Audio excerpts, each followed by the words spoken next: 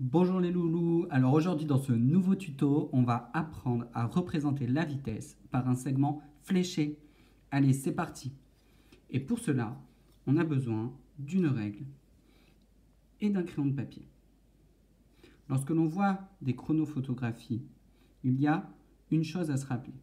C'est si je veux représenter la vitesse au point numéro 2, alors ce qui m'intéresse, ça va être le point d'avant, le 1, et le point d'après, le 3. Si par exemple je veux tracer le vecteur vitesse là au point 4, ce qui va m'intéresser c'est le point 3 et le point 5. Alors commençons avec un mouvement simple que l'on voit ici en orange, un mouvement rectiligne uniforme. Je vais donc en fait tracer au crayon de papier la droite qui relie le point 1 et le point 3. Et donc, ma vitesse au point 2, elle sera parallèle à cette droite. Là, c'est facile vu que c'est rectiligne. On va faire des flèches de 1 cm. Je pars du point 2 et je fais une flèche dans le sens du mouvement, comme ceci. Si je veux la faire au point 3, vous avez compris, je prends le point 2 et le point 4 et je fais une flèche qui part du point 3, qui est parallèle et qui a la même longueur car le mouvement est uniforme. La vitesse est toujours la même. Et je peux faire la même chose au point 5. Vous avez compris que les flèches qui représentent la vitesse vont toutes être droites d'une longueur de 1 cm. Donc prenons maintenant un mouvement comme celui-ci qui est circulaire. Sur un mouvement circulaire, ici on voit que la vitesse est toujours la même, est constante, donc le mouvement est uniforme. Je veux représenter la vitesse au point 2. Je vous l'ai dit, ce qui m'intéresse, c'est le point 1 et le point 3, le point d'avant, le point d'après. Je les relie au pointillé, car ce n'est pas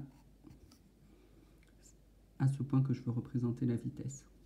Et je vais donc faire une flèche parallèle à cette direction au niveau du point 2.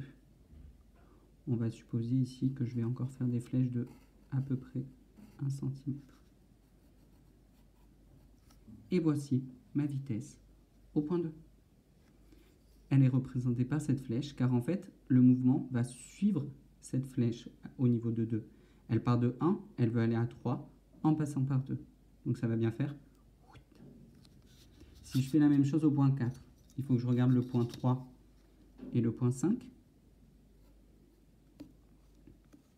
et que je fasse une flèche parallèle au niveau de 4 d'une longueur de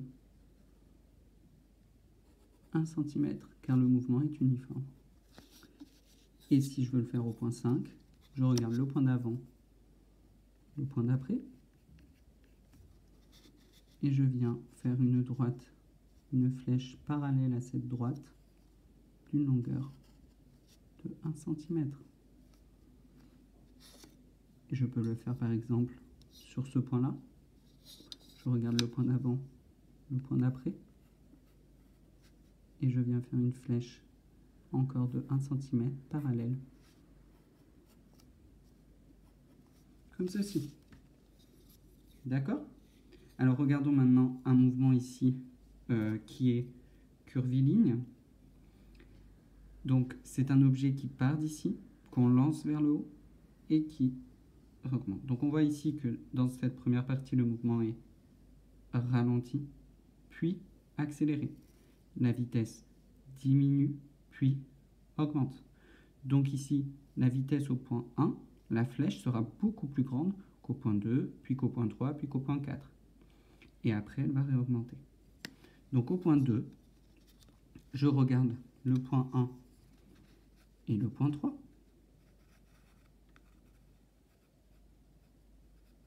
Et je fais une droite parallèle.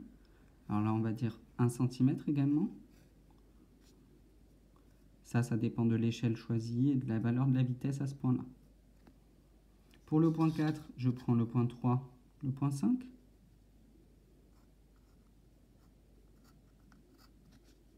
Et là, la vitesse sera beaucoup plus petite, elle sera même minimale. Donc je fais une flèche beaucoup plus petite qu'au point 2. Au point 5, elle va réaugmenter cette vitesse. Je regarde le point 4 et le point 6. Et je fais une flèche un petit peu plus grande qu'au point 4. Ici, par exemple, elle sera encore plus grande qu'au point 2. Je regarde le point d'avant, le point d'après, et je fais une flèche parallèle à cette droite. Vous n'êtes pas obligé de prendre l'équerre. Comme ceci. Voilà, j'espère que vous avez bien compris comment représenter les flèches représentant la vitesse en un point donné. Ce qu'il faut se souvenir, c'est qu'on regarde le point d'avant, le point d'après, et on fait la parallèle au niveau du point qu'on veut. Bonne chance à tous!